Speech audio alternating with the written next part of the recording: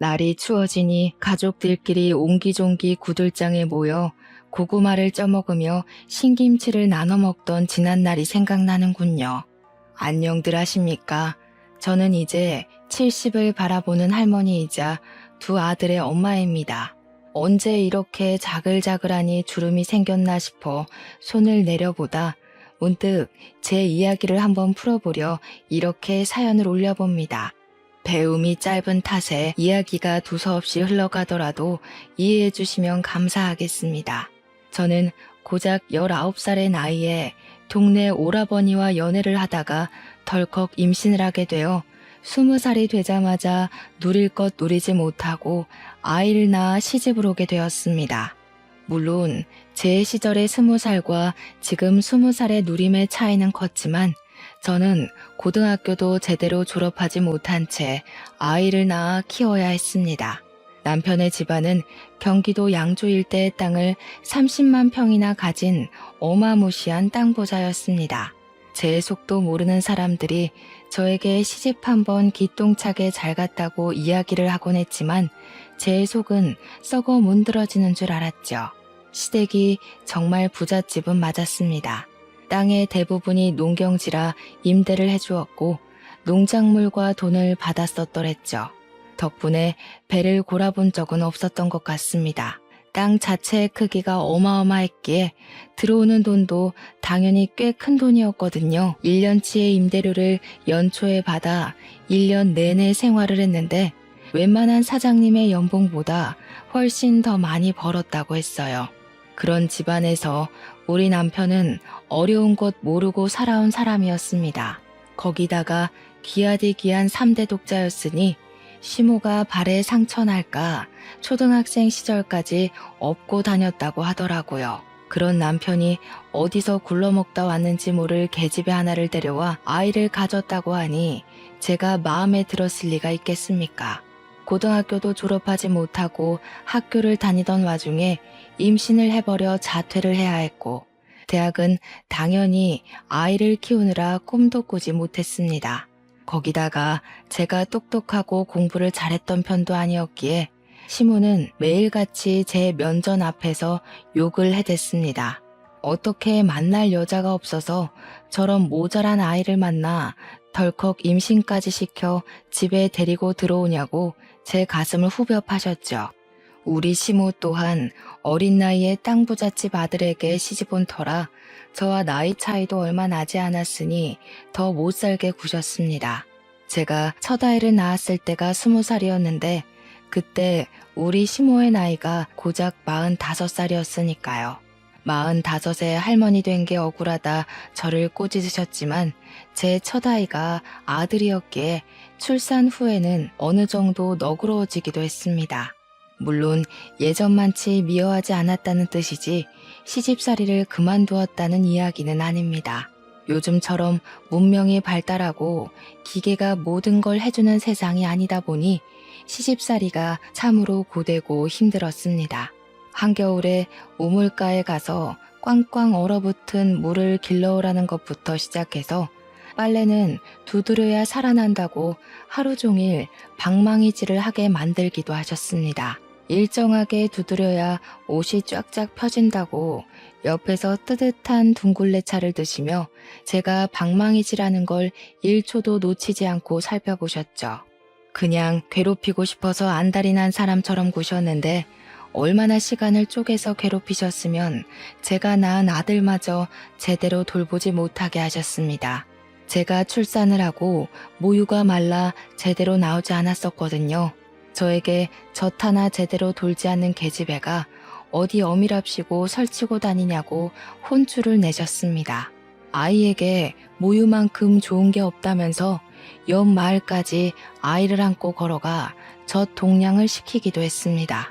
제가 낳은 아이가 다른 산모에게 안겨 모유를 받아먹고 있는 게 얼마나 서럽고 비참하던지 그때라고 분유가 없었던 시절도 아니었습니다. 저는 연달아 아이를 임신하게 되었고 둘째를 연년생으로 출산하였는데 아들을 낳았습니다. 떡두꺼비 같은 아들 둘을 낳자 시모는 그제야 저를 며느리로 인정을 해주었습니다. 그 전까지는 거의 집안에서 일하는 식모 수준이었는데 가족으로 인정은 해주신 거였죠. 그렇다고 저를 예뻐해 주셨다는 이야기는 아니고 그냥 밥 먹을 때 겸상 정도는 하게 해주신 수준이었습니다.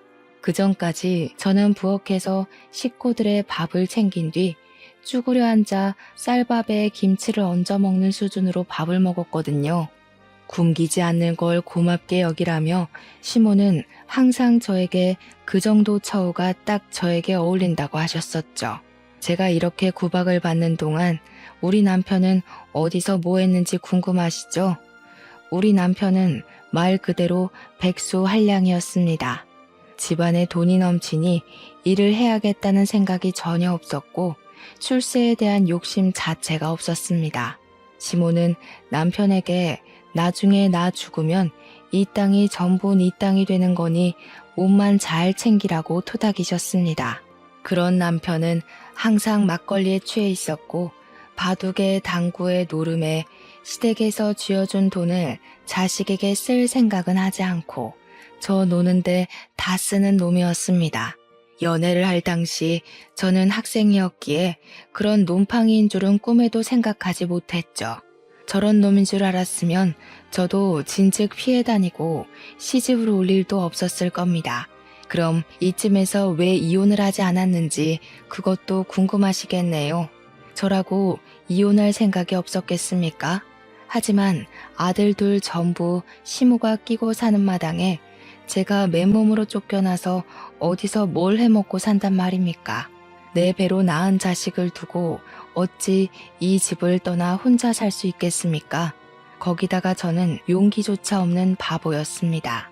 시댁을 나가게 되면 돈 한 푼 없이 저를 어디 받아주는 곳도 없을 텐데 중학교만 겨우 졸업한 주제에 무슨 일을 해먹고 살겠습니까?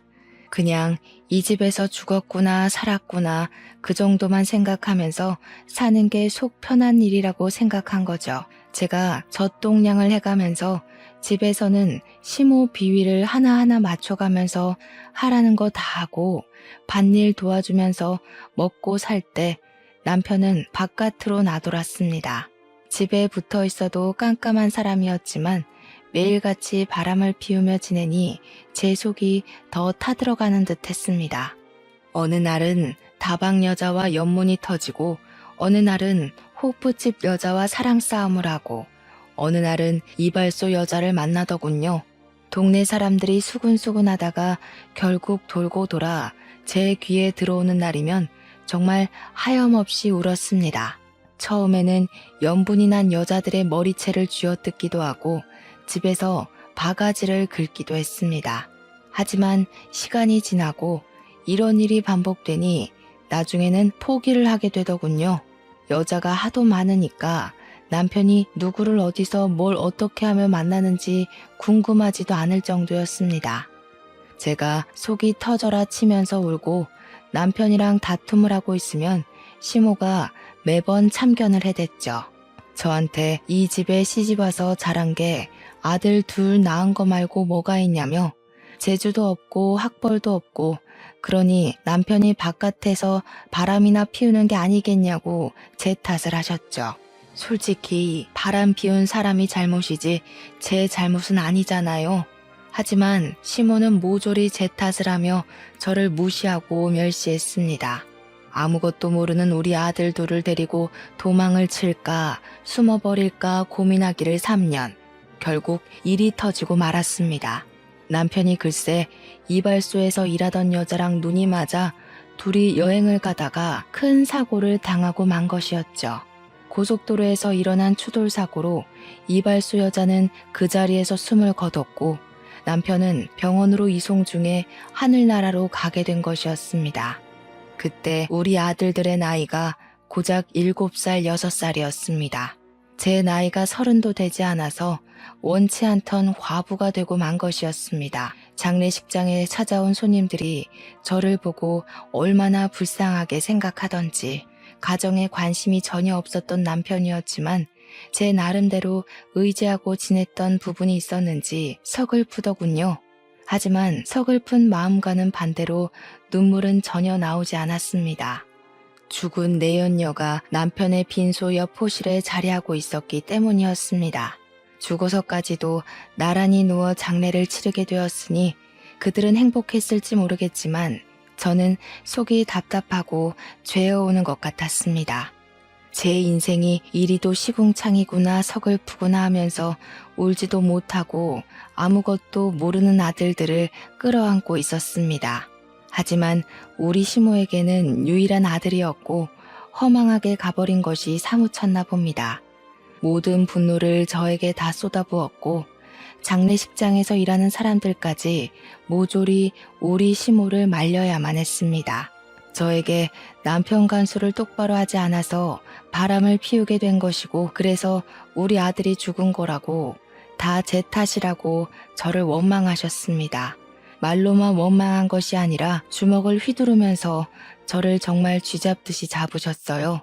남편이 불륜을 저지르다 죽은 것도 억울한데 모든 게 다 제 탓이라고 하니 얼마나 어이가 없었겠습니까? 장례식이 끝날 때까지 저는 눈물 한 방울도 흘리지 못하고 그 모든 원망을 감내해야 했습니다. 그런 제 속도 모르고 시모는 저에게 독한 년이라고 손가락질을 하셨습니다. 남편이 그리 떠나고 난 뒤 시댁에는 시모와 저 그리고 아들 둘만 남게 되었습니다. 이제 이 집과의 연줄도 여기서 끝이고 떠나야 하는구나 하고 생각을 하면서도 저는 망부석처럼 그 집을 떠나지 못했습니다. 시모는 제가 도망이라도 갈 것이라 생각을 했는지 제 아들 둘을 볼모로 잡고 저를 끝까지 붙들었습니다. 우리 시모가 땅 부자다 보니 재력이 어마어마하지 않았겠습니까? 저에게 어느 날은 그런 소리를 하시더라고요. 돈도 없이 내 손주들 데려다가 고생시키고 공부도 못 시키고 할 거면 손주들은 두고 몸만 나가라고요. 돈 없이 살 수 있는 세상이 아니니 돈 있는 자기 옆에 찰싹 붙어서 콩고물 떨어지기만 기다리며 살라고 딱 잘라 이야기를 했습니다. 그때 우리 시모의 나이가 고작 52이었습니다. 저는 시모의 그 말에 화가 나서 시집 온 이후 처음으로 시모에게 큰 소리를 내며 대들었습니다. 어머니께서 저를 이렇게나 못 살게 굴고 한시라도 쉬는 꼴을 못 보겠다며 일을 시키는데 지금 콩고물 타령을 하세요? 제가 악에 받쳐서 고래고래 소리를 지르고 화를 내니 시모도 순간 놀라셨는지 숨을 헉 하고 들이키시더군요. 저 망할려니 하면서 손가락질을 하고 같이 소리를 지르셨습니다. 그때 7살 된 우리 아들이 시모의 소매자락을 쥐고는 우리 엄마 괴롭히지 말라며 엉엉 울었습니다. 할머니는 악마야. 우리 엄마를 괴롭히고 그래. 할머니 싫어. 미워 하면서 울자 시모는 충격을 받은 듯한 얼굴을 하셨죠. 그 소리에 아이의 손을 뿌리치고는 방에 틀어박혀서 한동안 나오지 않으셨습니다. 저는 우리 아들들까지 모두 시모의 눈밖에 날까봐 두려웠지만 우리 아들들 키우는 데 들어가는 돈은 아낌없이 주셨다는 건 감사하더군요. 그날 이후 시모의 괴롭힘은 눈에 띄게 줄어들었습니다. 시모가 저에게 잔소리를 하려고 하면 첫째 아들이 달려나와 우리 엄마 괴롭히지 말라고 소리를 질렀거든요. 아들들이 한 해 두 해 나이를 먹고 커갈수록 시모가 저에게 행했던 일이 부당하다는 걸 알게 되었고 아들들은 참지 않았습니다. 일찌감치 철이 들어 항상 저에게 우리 엄마 고생 절대로 안 시킬 거라고 행복하게 해주겠다고 노래를 불렀습니다. 엄마가 평생 손에 물 안 묻히고 살 수 있게 성공할 거라고 둘 다 눈에 불을 켜고 코피를 쏟으며 공부를 했습니다. 사춘기 때도 저에게 반항 한번 하지 않았고 시모가 트집을 잡을 때마다 악착같이 저를 지켜낸 두 아들이었습니다. 오죽하면 시모가 자기는 아들이 없어서 서러워 죽겠다고 울고불고 할 정도였습니다. 그렇게 시간이 흘러 양주 시골 자락에서 공부를 열심히 한 우리 아들은 소위 말하는 명문대에 진학을 하게 되었습니다. 그것도 아주 우수한 성적으로 아들 둘 모두 법대에 진학을 했고요. 평생 오지 않을 것 같았던 군대를 가는 순간까지 맞이하게 되었죠. 군대에서도 혹여나 시모가 저를 괴롭힐까 휴가를 나오면 집을 떠나지 않는 효자들이었습니다. 속이 깊고 다정한 우리 아들들을 보면서 제가 얼마나 하늘에 감사했는지 모르겠습니다. 기구한 인생을 살 운명일지 몰라도 자식 복 하나는 대단하구나 하고 감사 기도를 올리곤 했습니다. 우리 아들들 모두 고시 준비에 돌입하게 되었고 서울에 가서 공부를 시켜주겠다고 했으나 아무것도 없는 시골이 공부하기 딱 좋다고 하더군요. 방 한 칸씩 차지하고 공부를 한 결과 길지 않은 시간에 합격을 하여 첫째 아들은 판사가 되었고 둘째 아들은 변호사가 되었습니다. 합격을 한 날 마을 잔치를 열 정도로 시모가 좋아했었죠. 저는 그때부터 팔자가 피었구나 하고 생각을 하게 되었습니다. 우리 아들들이 무던히 노력을 하여 한 자리씩 맡았을 때 제 나이가 고작 50밖에 먹지 않았으니 저도 이제 쉼을 가질 수 있겠구나 싶었던 거죠. 그때 우리 시모의 나이가 75이었고 노친네도 성격 많이 죽었구나, 한풀 꺾였구나 싶었을 때였으니까요. 우리 시모의 양조 땅이 당시에 30만 평 정도였는데 그 땅 임대값으로는 아들들의 대학 등록금이나 고시 공부를 지원해주기 어려웠는데요. 뭐든지 최고급으로 가장 비싸고 좋은 걸로 해줘야 한다는 시모의 입김 때문이었습니다. 그렇게 땅을 조금씩 팔아가며 아들들 뒷바라지며 생활이며 하고 있었는데 어느 날 시모가 사기꾼의 꼬드김에 넘어갔어요. 더 좋은 땅이 나왔다는 마을 이장님의 감언이설에 홀라당 속아서 그 농경지를 팔고 다른 땅을 사게 된 것이었습니다. 그런데 알고 보니까 그 새로 산 땅이 그린벨트라는 것에 묶여있는 말도 안 되는 험지 수준의 땅이었던 거지요. 마을 이장님이 그 동네 토박이었고 신임도 두터웠던 분위기에 마을 사람들 몇 명이 그 꼬드김에 넘어간 것이었습니다. 모든 사실을 알았을 때는 이미 이장님이 야반 도주를 마친 후였던 것이었죠. 이장님네 아들이 노름에 미쳐서 집안을 홀라당 해먹었고 그 돈을 메꾸기 위해 마을 사람들을 상대로 사기를 친 뒤 나른 것이었습니다. 우리 시모는 아주 비싼 값을 치르고 쓸데없는 쓰레기 땅을 가지게 된 것입니다. 다행인 건 하늘이 무너져도 솟아날 구멍이 있다고 아들들이 그동안 번듯하게 자리를 잡았기에 생활비를 보태주기로 한 것이었죠. 완벽하게 반대의 상황이 되어버린 것입니다. 시모가 돈으로 저를 올가매고 있었는데 이제는 제가 시모를 책임지고 생활을 해야 하는 지경이 된 거죠. 저에게 돈이 생기니까 시모는 어느 날부터 제 눈치를 보면서 빌빌 기기 시작했습니다. 제 마음이 얼마나 통쾌했겠습니까? 지난 시간 모두 보상받는 듯한 기분이 들긴 했습니다. 하지만 그것도 아주 잠깐이었죠. 제 심성 자체가 못돼 처먹질 못해서 시모에게 제가 당한 만큼 모질게 굴 수가 없더라고요. 그냥 예전처럼 시모의 잔소리, 핀잔, 투정을 받아주고 돌보며 어느 날은 두런두런 이야기도 나누고 그렇게 서로를 벗삼아 지내고 있었습니다. 시모가 육포를 참 좋아하셨거든요. 육포가 먹고 싶다고 입맛을 다지면 시장에 나가 우둔살을 사왔죠.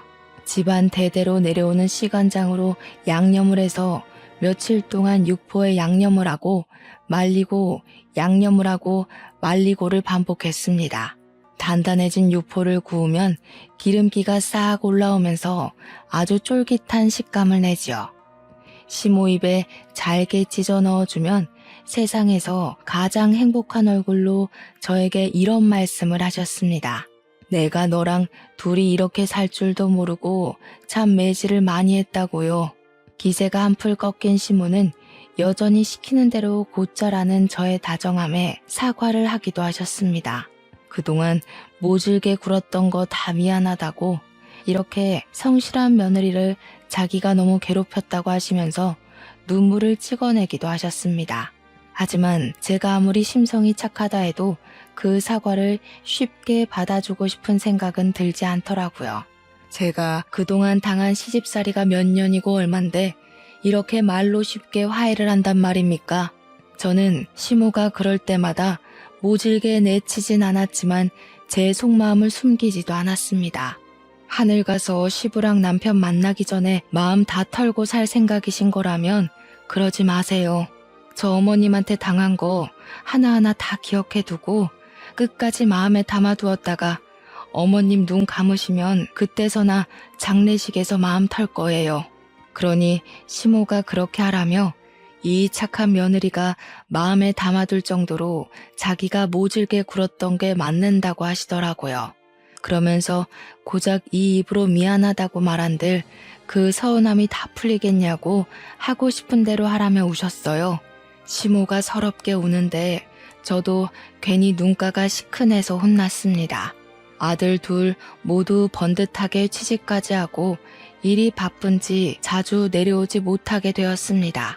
둘 다 서울에서 일을 하고 있었으니까 서울에 집을 얻어서 살고 있었거든요. 그런데 어느 날 첫째 아들이 말도 없이 불쑥 양조 집으로 찾아왔는데 웬 여자를 하나 데리고 왔더라고요. 볼살이 포동포동하니 귀엽게 생긴 아가씨였는데 누구냐고 물어보니까 아들이 쑥스럽게 여자친구라고 인사 한번 드리려고 찾아왔다고 하대요. 아들보다 2살이 어린 아가씨는 법원에서 일을 하고 있는 공무원이라고 했습니다. 시모는 버선발로 뛰어나와 둘이 결혼이라도 하려고 그래서 같이 내려온 게야 하면서 아이처럼 방방 뛰시더라고요. 이러다 소원처럼 증손주까지 보고 눈 감겠다고 즐거워하시며 같이 내려온 아가씨에게 이것저것 물으셨어요. 저는 한편으론 시모가 너무 오버를 하는 게 아닌가 싶어서 시모를 말리고 있었습니다. 이미 손자 며느리 취급을 하는 시모를 보면서 아들이 쑥스러워하더라고요. 가벼운 사이는 아니구나 하고 생각을 했는데 아가씨 손이 정말 야무져도 너무나도 야무지더라고요. 제가 손님으로 왔으니까 아가씨는 쉬고 있으라고 말리는데도 시골집에 온 것 자체가 너무 오랜만이라 집 구경도 하고 싶고 일손도 돕고 싶다고 하더군요.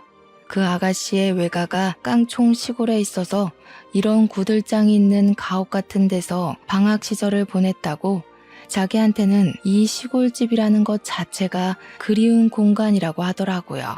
말도 어쩜 그리 예쁘게 조곤조곤 하는지 마음에 쏙 들었습니다. 저랑 같이 솥밥을 좋아하는 시모를 위해 가마솥에다가 밥을 짓기도 하고 나물을 무치기도 하고 하는데 음식 솜씨까지 좋더군요. 너무 마음에 들어서 다음번에는 우리 며느리와 시어머니 사이로 봅시다 하고 보냈습니다. 그 뒤로도 따로 아가씨에게 먼저 연락이 와서는 좋은 고기가 있어서 시댁으로 고기를 보냈다고도 하고 어디 여행을 다녀오거나 좋다는 게 있으면 선물을 보내주기도 했습니다. 시골집이라 집안이 건조하다면서 가습기도 선물로 보내주었고요. 제가 오죽 신이 났으면 말입니다. 우리 작은 아들한테도 자랑을 했어요. 그러니 작은 아들이 형수를 만나본 적 있다고 하면서 사람 참 괜찮지 않냐고 하더라고요. 넉살 좋은 우리 작은 아들은 벌써 그 아가씨를 형수 하는 것 같았습니다. 변호사가 직업인 작은 아들은 법원에 갈 때 가끔 시간이 맞으면 첫째를 만나는데 법원 공무원으로 일하는 아가씨도 자주 본다는 것이었죠. 밥도 같이 몇 번 먹어봤는데 사람이 참 됨됨이가 되었다고 좋은 사람이라고 이야기를 하더라고요. 우리 첫째 아들 결혼 걱정은 한시름 났으니 너도 좋은 사람 데리고 오라며 이야기를 했습니다. 그렇게 몇 개월을 가족같이 굴었던 아가씨가 어느 날부터 연락이 되지 않더라고요. 제가 먼저 연락을 하기도 좀 그래서 무슨 일이 생긴 건 아닌가 걱정만 하고 있다가 넌지시 작은 아들에게 물어봤습니다. 그러니 둘이 헤어진 것 같다고 하면서 큰아들이 무슨 생각으로 사는지 모르겠다고 걱정이 많다고 했어요. 왜 그러냐 하니까 큰아들이 글쎄 그 아가씨랑 헤어지고 다른 여자를 만나는데 그 여자가 영 좋아 보이지 않는다는 겁니다. 그 여자가 영 별로니? 하니까 형이 욕심을 부리는 것 같아서 별로라고 하더군요. 이게 다 무슨 소린가 싶어서 걱정을 하니 시모가 나이가 있는 애들이니 알아서들 하겠지. 내버려두라고 하시더라고요. 그래서 그때는 그렇게 일단락 되었죠. 그리고 시모 나이가 80이 되었을 때 팔순 잔치를 하기로 약속을 잡았습니다. 워낙 아들들이 바쁘니 시모랑 제가 서울에 가서 밥을 한 끼 먹기로 했죠. 그런데 그날 상의도 없이 큰아들이 웬 아가씨를 또 데리고 왔는데 무척이나 세련된 아가씨였습니다. 딱 봐도 비싸 보이는 가방에 목에는 치렁치렁 목걸이들, 손에는 알이 큰 반지를 끼고 있었습니다. 제가 아가씨는 누구시냐고 물어보자 우리 큰아들의 여자친구라고 소개를 하면서 결혼 전에 인사를 드릴 겸 찾아왔다고 하더라고요. 갑자기 결혼이라고 하니 제가 말문이 막혀 큰아들을 바라보았죠. 그러니 큰아들이 지금 정치계 쪽에 오래 몸담고 있는 굵직한 의원의 딸이라고 소개를 하더라고요. 둘째는 모르쇠하며 시큰둥한 표정으로 가만히 앉아 있었고요. 그 아가씨는 우리 둘째에게 아는 척을 하며 살갑게 굴었지만 둘째는 네네 하면서 대답을 하는 둥 마는 둥 했습니다.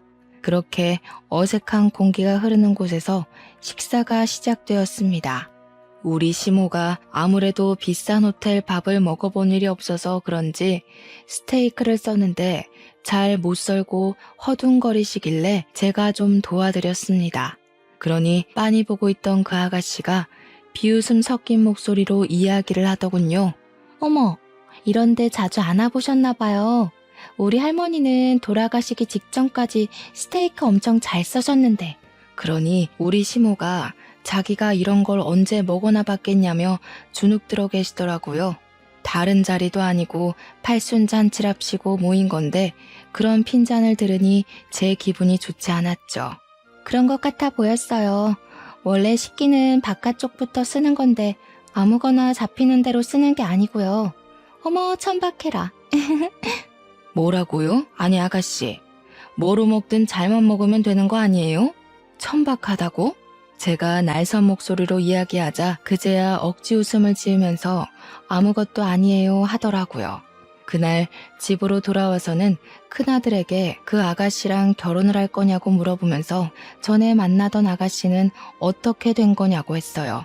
그러니 이미 헤어진 사람 이야기를 굳이 꺼내냐면서 지금 만나는 아가씨 집안이 대대로 정치인 집안이라고 이야기를 하더라고요. 그게 무슨 상관이냐고, 너 직업도 판사인데 네 앞가림이나 잘하고 살라고 집에서 내조하는 여자가 최고 아니냐고 했죠. 그러니 아들이 저한테 뭐라고 하는 줄 아세요? 자기 와이프는 엄마처럼 살게 하지 않을 거라고 하는 겁니다. 머리를 한 대 맞은 듯한 기분이 들어서 저는 그냥 알겠다고 하고 전화를 끊어버렸습니다. 언제는 제 손에 물 한 방울 안 묻히게 호강시켜주겠다고 하더니 말이죠. 그러더니 정말 둘이 결혼을 하겠다고 저에게 통보를 했죠. 어떻게 상의도 없이 네 마음대로 결정할 수 있냐고 큰 아들에게 물어보니 저한테 그러대요. 벌써부터 간섭하는 거냐고. 자기 와이프한테 시집살이 시킬 생각도 하지 말라면서 자기도 함부로 대할 수 있는 집안이 아니라고 했어요. 그럼 뭐 우리 집은 함부로 해도 되는 거냐고 제가 소리를 높이니 가진 거 없는 집안에서 태어나 고생해서 이 자리까지 왔는데 엄마가 왜 참견이냐고 하더군요. 가진 게 없긴 왜 없습니까? 땅으로 사기 맞기 전까지 지한테 해준 게 얼마고 쏟아부은 돈이 얼만데. 제가 씩씩거리고 있으니 시모가 손 휘 저으면서 둘이 좋다는데 하고 싶은 대로 살게 내버려 두라며 우리는 우리끼리 알아서 살자고 하시대요. 저한테 시집살이 시키며 참견할 땐 언제고. 제가 어머님 하니까 애들이 좋다잖아, 내버려둬 하시더라고요. 아들한테 잔소리도 못하냐고 하니까 저한테 너도 나중에 장례식까지 가서 원 안 사고 싶지 않으면 가만히 있으라대요. 제가 예전에 했던 말을 기억하시고 이야기하시는데 저한텐 그리 모질게 굴었으면서 손자 며느리한테는 꼼짝도 못하더라고요. 마음대로 하라고 아들에게 말할 수밖에 없었죠. 결혼식도 둘이 알아서 다 정한 다음에 저한테는 통보를 하더라고요. 그래서 제가 아들한테 상견례도 없이 뭐 하는 거냐 하니 상견례 자리를 해봐야 급이 맞지 않아서 쪽팔리기만 할 것 같대요. 고급스러운 음식 하나 제대로 먹을 줄 모르는 사람들이랑 가서 무슨 이야기를 하겠냐고 하대요.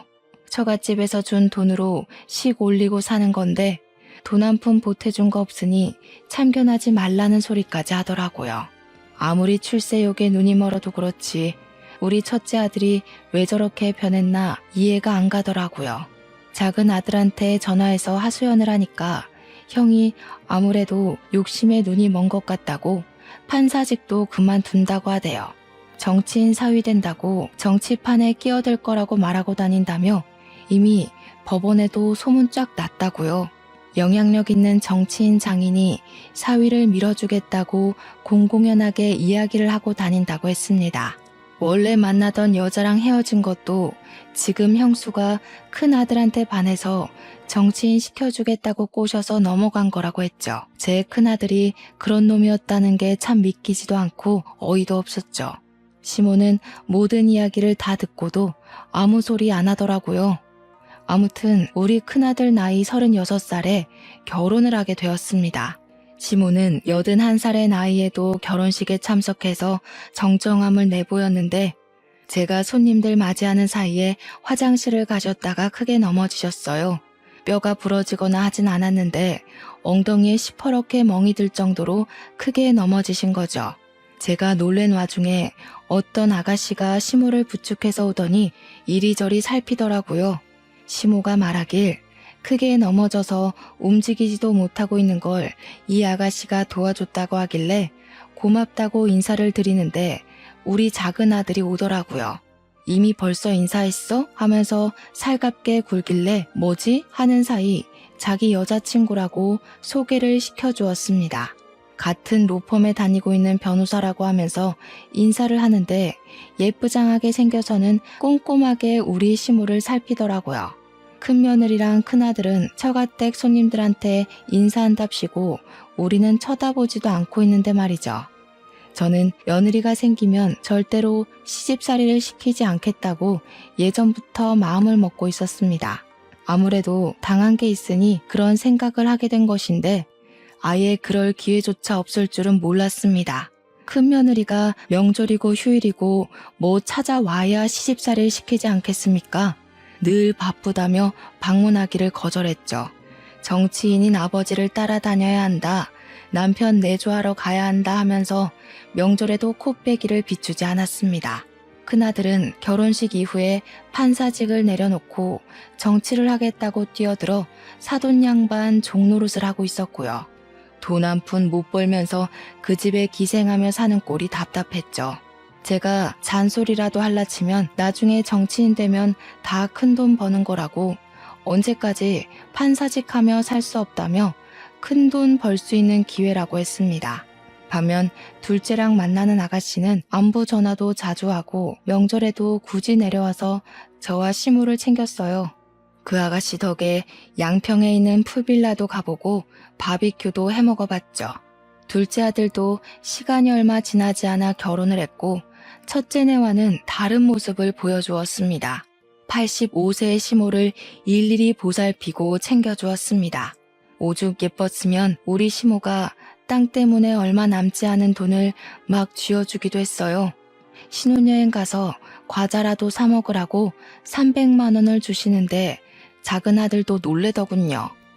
큰며느리에게는 돈 10,000원도 쥐어주신 적이 없었으니까요. 아들 둘이 다 결혼을 하고 나니까 더 비교가 되더라고요. 큰며느리는 안부 전화 한 통 없는데 둘째 며느리는 시간만 생기면 양주로 오더라고요. 아무리 경기도라지만 서울에서 1시간 반은 와야 하고 시골이라 아무것도 없는데 말이죠. 저는 이 넓은 밭만 봐도 기분이 좋아요. 나중에 나이 먹으면 이런 집에서 살고 싶어요. 시골이 뭐가 좋으니? 나는 도시가 좋더라. 며느리야, 도시가 좋으냐? 그럼요. 도시에는 없는 게 없잖아요. 배달 음식도 시켜 먹고 백화점 구경도 하고 지하철도 걸어서 5분 10분이면 탈 수 있고 얼마나 좋아요? 그럼 너도 도시 가서 살거라. 그럼 어머님은요? 나는 요양원이나 들어가서 할머니들이랑 화투나 치면서 살지 뭐. 어머님, 내가 해준 밥 아니면 먹지도 않으면서 마음에도 없는 소리 잘하시네. 이런 장난을 칠 정도로 시모와의 관계도 회복되었고 지금 생활에 안정감을 느끼며 살았습니다. 그렇게 1년의 시간을 더 보내고 며느리들이 둘 다 출산을 했는데 작은 며느리가 몸 회복해야 할 시간에 애 보여주고 싶다고 양주를 뻔질나게 오더라고요. 정작 우리 큰손주는 사진으로만 봤지 실제로 본 적이 없었고요. 우리 시모가 작은 며느리라면 껌뻑 죽을 만큼 예뻐했어요. 그러던 어느 날 우리 시모가 속아서 산 그린벨트 땅의 규제가 정권이 바뀌면서 풀리게 되었습니다. 거기다가 무슨 대기업에서 그쪽에 공장을 짓는다, 센터가 들어온다, 해외 무슨 가구점이 들어온다 하면서 땅값이 어마어마하게 올랐습니다. 우리 시모가 30만 평의 땅을 팔았을 때보다 훨씬 더 많이요. 각종 회사에서 우리 땅을 사고 싶다며 어떻게 알았는지 집까지 찾아왔어요. 시모는 임대업을 하던 노하우가 있어서 그런지 이쪽 저쪽 계산기를 두드리더니 대기업에 통 크게 팔아버렸습니다. 우리는 평생이 가도 못 쓸 것 같은 엄청난 돈이 생기게 되었어요. 저는 시모한테 이 돈 다 어떻게 쓰실 거냐고 묻자 시모가 그러더군요. 우리 며느리 도시 보내주고 나는 요양원으로 들어가야지. 괜히 마음이 시큰거리는 와중에 둘째 아들에게 전화가 오더니 대뜸 뉴스 봤냐고 물어보더라고요. 당장 TV 틀어보래서 틀었더니 사돈 양반이 떡하니 나오는 게 아니겠어요. 비리 정치인에서는 어느 기업에 청탁을 받았네, 비자금을 숨겼네 하면서 휠체어를 타고 검찰청에 들어가는데 우리 큰아들이 뒤따라 들어가고 있더라고요. 작은 아들이 큰형네 쫄딱 망했다고 비자금을 수십억 받아 챙기고 일가 친척들 취업 비리에 난리가 났다고 계좌까지 막혔다더군요. 너무 놀라서 큰아들에게 연락도 못하고 있는데 시모가 애들한테 연락을 좀 해보라고 시켰어요. 당연히 큰아들은 연락이 닿지 않았고 검찰에서 수사 중이라고 하니 한동안 기다려야겠구나 하면서 마음을 졸이고 있었습니다. 그렇게 한 일주일이라는 시간이 흘러 시모가 이제 더는 미룰 수 없다고 손주들에게 전화를 걸어보라고 하셨죠. 저는 생전 손주들 바쁜데 연락 자주 하지 말라며 핀잔을 주던 시모가 자꾸 연락을 해보라고 하니까 영 이상하기만 했습니다. 시모는 손주들에게 집으로 오라는 연락을 해달라고 했고 저는 영문도 모른 채 아들들에게 전화를 걸어야만 했죠. 아들들에게 시모가 찾는다고 집으로 좀 오라고 연락을 하니 둘째 아들은 한달음에 달려왔고 큰아들은 바빠 죽겠다고 뉴스도 안 보냐고 화를 내더라고요. 시모가 생각이 있어 부르는 거니 당장 오라니까 할머니 노망 났냐고 바쁘다고 하면서 끊더라고요. 작은 아들이 도착한 뒤 시모가 다시 큰아들에게 전화해서는 바쁘다고 하니까 전화로 말하겠다고 했어요. 네 엄마가 도시 가서 살고 싶다고 하는데 네가 장남이고 하니 모시고 살도록 해라. 순간 작은 아들도 할머니 하고 저도 어머님 하고 불렀죠. 근데 큰아들이 내가 왜요? 그러더라고요. 네가 어릴 적에 네 엄마 호강시켜준다 안 했니? 나보고 나쁜 할머니라고 그랬잖아. 그러니까 네가 모시고 가서 살렴. 그게 도대체 언제적 일인데 아직까지 그 소리예요? 호강이고 나발이고 제 코가 석자니까 연락하지 마세요. 괜히 둘째 며느리 앞에서 못 볼 꼴 보인 것 같아서 민망했는데 둘째 아들이 냉큼 묻더라고요. 엄마, 진짜 도시 가서 살게? 그럼 잘됐다. 우리랑 같이 살자. 그래요, 할머님. 할머님도 같이 가요. 생각보다 도시가 편리하기도 하고 좋은 것도 많이 있어요. 병원도 가깝고요. 교통도 편리하고요. 이제 나이도 많으신데 병원 가까운 데 사셔야죠.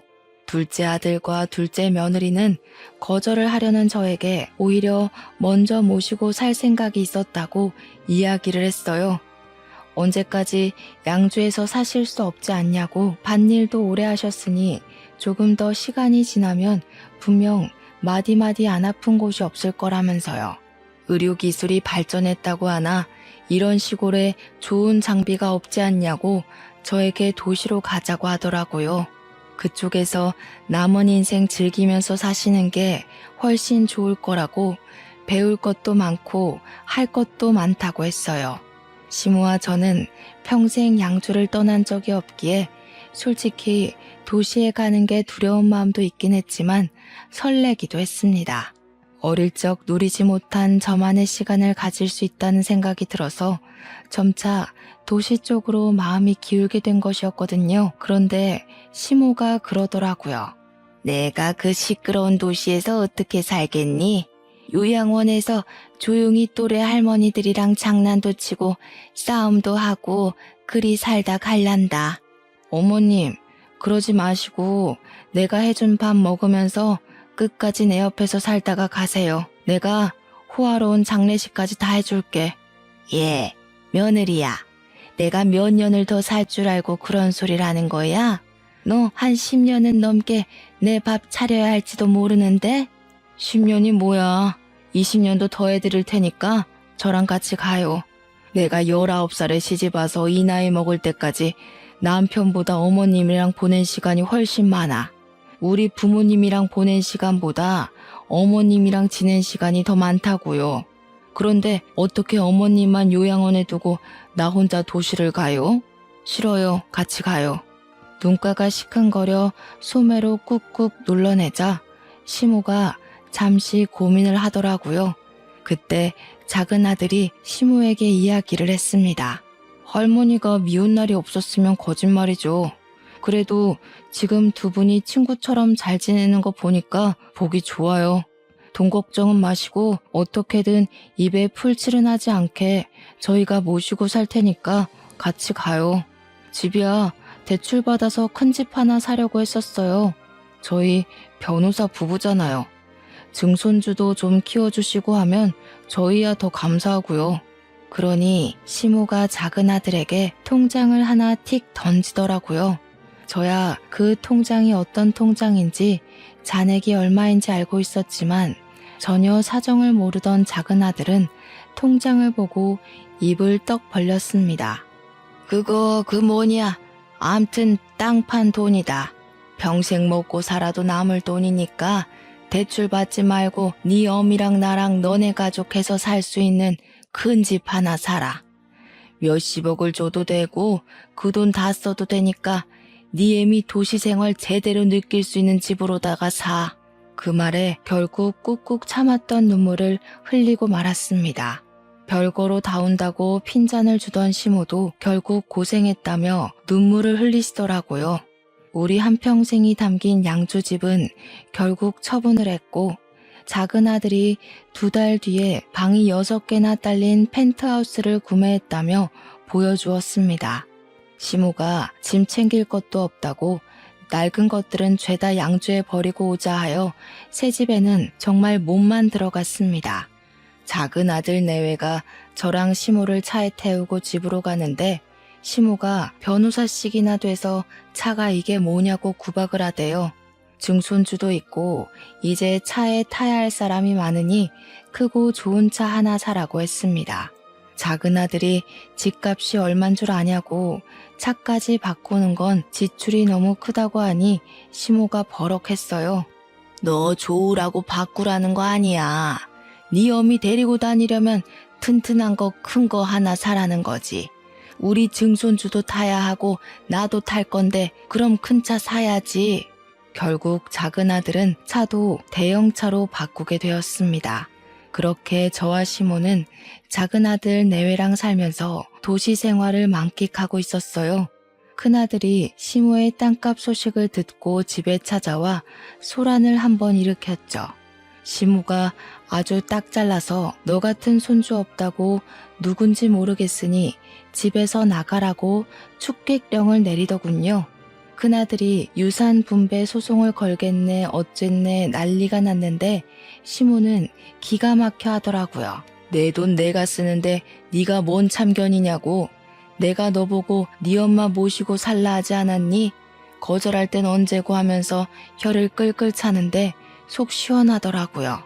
변호사인 작은아들 부부가 문제될 것 없으니 걱정 말라 해서 안심하고 있었고요. 결국 사돈 양반은 법의 심판을 받게 되어 수감이 되었고, 정치인하겠다고 뒷공무니를 쫓던 큰아들은 낙동강 오리알 신세가 됐죠. 우리 시모는 통 크게 돈 팍팍 쓰면서 제가 하고 싶은 거, 갖고 싶은 거 모조리 다 해주시다가 2달 전에 돌아가셨습니다. 약속했던 대로 장례식 크게 해드리고 며칠을 시모 유품 들고 울다가 그리워하다가 지금은 안정을 조금 찾게 되었습니다. 우리 시모와의 이야기를 일기로 남겨놓고 싶은 마음에 이렇게 사연까지 올리게 되었고요. 글을 쓰다 보니 우리 시모와 구들장에 앉아 고구마 쪄먹던 그날이 참 그립습니다. 언젠간 저도 하늘나라에 가면 다시 만날 수 있겠죠? 그날을 기대해보며 이렇게 사연을 마치겠습니다. 감사합니다.